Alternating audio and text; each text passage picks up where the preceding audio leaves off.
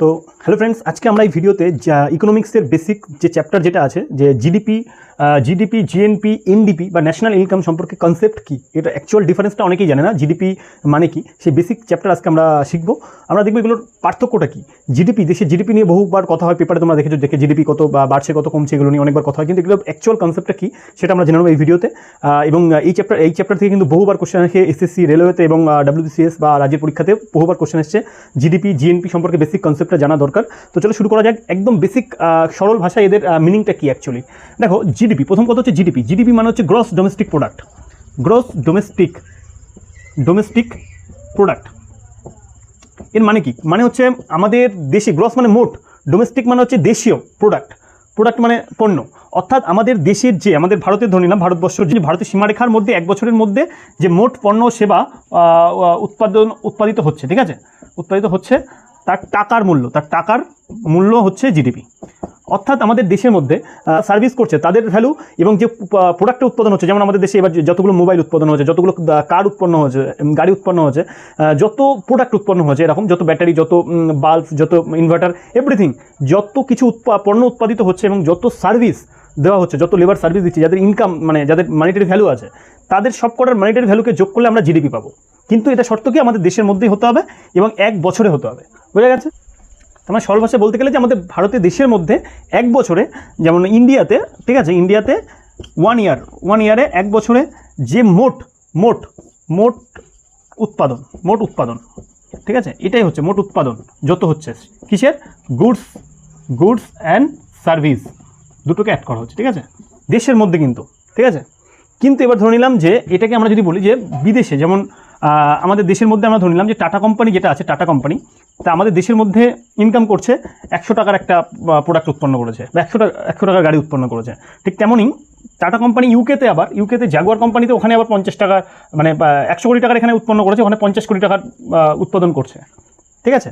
তাহলে কিন্তু এই ইউকেতে যেটা উৎপাদন করছে সেটা জিডিপির মধ্যে অ্যাড হবে না? হবে না, যেহেতু দেশের বাইরে উৎপাদিত হচ্ছে, তাই এটা অ্যাড হবে না, ঠিক আছে। দেশের মধ্যে যেগুলো উৎপাদন হচ্ছে, যেমন ফেসবুক আমাদের দেশের মধ্যে কাজ করছে, এবং সে যদি আমাদের দেশে 20 কোটি টাকাও ইনকাম করে যায়, তাহলে সেটা আমাদের দেশের জিডিপির মধ্যে অ্যাড হবে, কারণ আমাদের দেশের মধ্যে উৎপাদনগুলো যোগ হবে, শুধুমাত্র দেশের মধ্যে, এটুকুই মনে রাখলে হবে।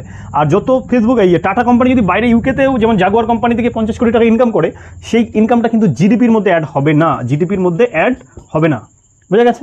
এটা হচ্ছে জিডিপি, অর্থাৎ দেশের মধ্যে যে উৎপাদনগুলো হবে কোনো একটা নির্দিষ্ট বছরে, বা সেগুলোর ভ্যালু, মানিটারি ভ্যালুটা হচ্ছে জিডিপি। ঠিক তেমনই যদি বেসিক কনসেপ্ট বলা হয়, এটা হচ্ছে জিডিপি। ঠিক জিডিপি যেমন হলো, এবার আমরা যদি বলি যে জিডিপিটা কেন এত ইম্পর্টেন্ট, কারণ জিডিপি মানে হচ্ছে দেশের মধ্যে উৎপাদন বেড়ে যাওয়া।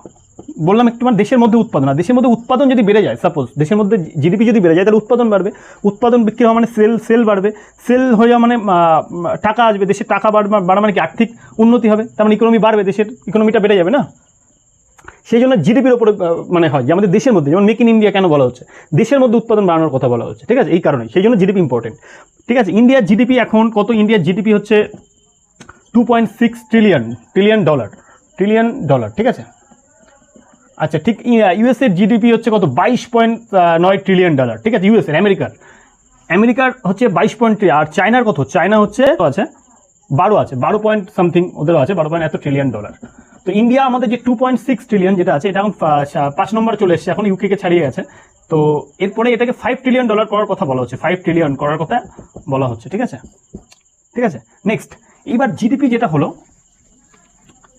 এবার দেখো না এনডিপি, তাহলে এনডিপিটা কি? এনডিপি হচ্ছে নেট ডোমেস্টিক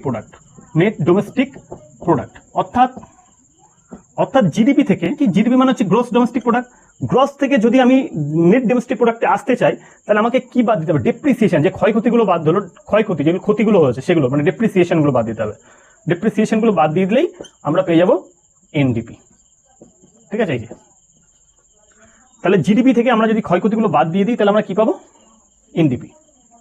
জিডিপি থেকে আমরা ক্ষয়ক্ষতি বাদ দিলে আমরা কি পাবো? NDP, net domestic product. মানে আমাদের দেশে সাপোজ এবছরে 100টা গাড়ি উৎপন্ন হলো, তার মধ্যে যদি কোনো কারণবশত 5টা গাড়ি কোনো ফল্ট হচ্ছে, মানে চলছে না বা নষ্ট হয়ে আছে বা ভিতরে কোনো প্রবলেম আছে, তাহলে যে 95টা গাড়ি হচ্ছে তার টোটাল মূল্যটা হচ্ছে এনডিপি, নেট ডোমেস্টিক প্রোডাক্ট, ঠিক আছে। নেট মানে কি? বাদ দিয়ে, ক্ষয়ক্ষতিগুলো বাদ দিয়ে যেটা থাকছে সেটা নেট। আচ্ছা, এটা হলো। আর এরপর আমরা যাবো যে গ্রস ন্যাশনাল প্রোডাক্ট মানে কি? ন্যাশনাল বলতে কি হবে?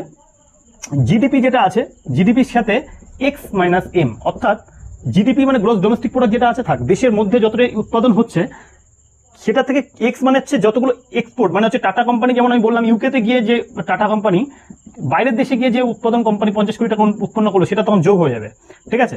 তাহলে আমাদের জিডিপি যেটা ছিল সেটার সাথে এক্সপোর্ট মানে বাইরের দেশের ইনকামটা যোগ হবে। এটা বাইরের দেশে যে বাইরের দেশে আমাদের যে টাকাগুলো আছে আর কি, আমাদের ইনকাম, আর এটা হচ্ছে আমাদের দেশে মানে বিদেশিদের টাকা,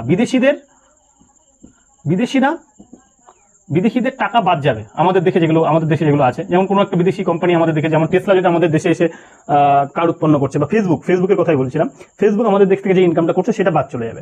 যেমন টাটা কোম্পানি বাইরের দেশ থেকে যে ইনকামটা করছে সেটা আমরা যোগ করছি, ঠিক তেমন আমাদের দেশের থেকে যদি কোনো বাইরের কোম্পানি, আমেরিকার কোনো কোম্পানি এসে আমাদের দেশ থেকে ইনকাম করে নিয়ে যায় সেটাকে আবার বাদও দিতে হবে।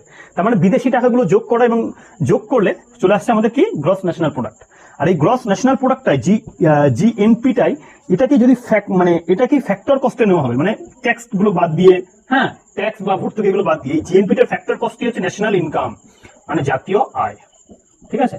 তাহলে ন্যাশনাল ইনকাম আমরা বুঝে গেলাম, ঠিক আছে? ন্যাশনাল ইনকাম মানে কি জিএনপি যেটা পেলাম, অর্থাৎ কোনো দেশের জিডিপি এবং বাইরের দেশের আয়গুলো যোগ করে, মানে দেশের মানুষজনের যে আয় সেটা নিজের দেশে প্লাস বাইরের দেশের যে আয় সেটাকে যোগ করে তার ফ্যাক্টর কস্ট করলে সেটা আমাদের ন্যাশনাল ইনকাম আসবে, জাতীয় আয় আসবে, ঠিক আছে?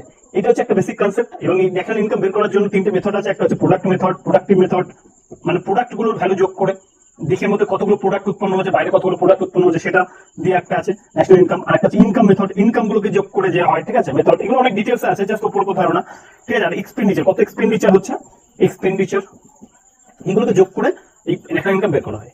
কনসেপ্টটা বোঝা গেল? এটা হচ্ছে আজকে কনসেপ্ট ছিল। নেক্সট ভিডিওতে আরো ডিটেলস আমরা এটা শিখবো। জাস্ট একটা বেসিক পার্থক্য আমি বললাম জিডিপি, জিএনপি আর ন্যাশনাল ইনকাম, ঠিক আছে? চলো নেক্সট ভিডিওতে দেখা হচ্ছে।